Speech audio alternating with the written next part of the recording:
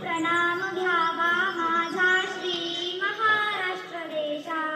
मित्रांनो, आजचा हा गौरवशाली दिवस पाहण्यापूर्वी आपल्या देशाने दोन काळ अनुभवले आहेत। एक म्हणजे स्वातंत्र्यपूर्व काळ आणि दुसरा म्हणजे स्वातंत्र्योत्तर काळ। स्वातंत्र्यपूर्व काळात आपला भारत देश गुलामगिरीच्या अंधारात जाच पडत होता, परंतु झाशीची राणी ते क्रांतिकारक भगतसिंग अशा अनेक वीरांनी आपल्या रक्ताचे बलिदान दिले। स्वातंत्र्य म्हणजे काय हे पाहण्यासाठी पिढ्यानपिढ्यांनी संघर्ष केला।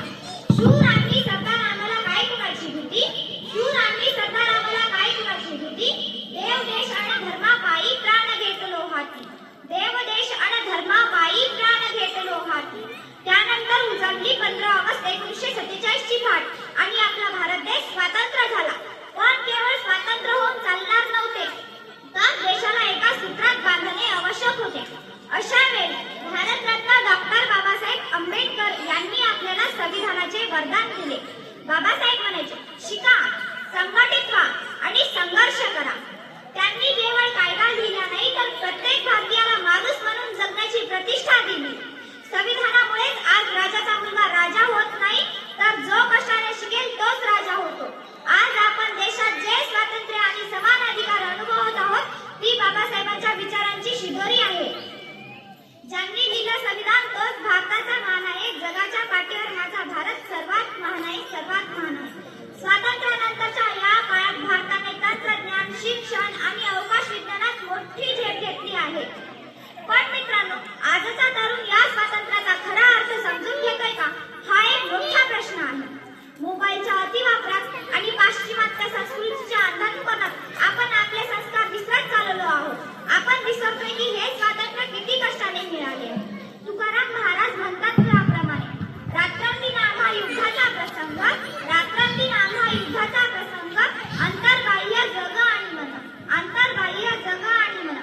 आज आपल्याला सीमेवर जाऊन लढण्याची गरज नाही, तर आपल्या मनातील वाईट विचारांशी लढण्याची गरज आहे। संविधानाने दिलेले अधिकार वापरताना आपण आपली कर्तव्ये देखील चोख बजावली पाहिजे। मोबाईलचा वापर ज्ञान मिळवण्यासाठी करा, पण आपली माती आणि आपली नाती विसरू नका। एवढे बोलून मी माझे भाषण संपवते। जय हिंद, जय महाराष्ट्र। अतिशय छान। या ठिकाणी उपस्थित सर्व मंडळींना मी विनंती करतो, कृपया कुणीही जाऊ नये। आपल्या शाबासकीची थाप आमच्या शिलेदारांच्या पाठीशी असू द्या। कृपया विनंती आहे, कुणीही जाऊ नका। येतो खाली झाकी है, कार्यक्रमावर बाकी है। खूप कार्यक्रम आणखीन पुढे आहे, कृपया कुणीही जाऊ नका।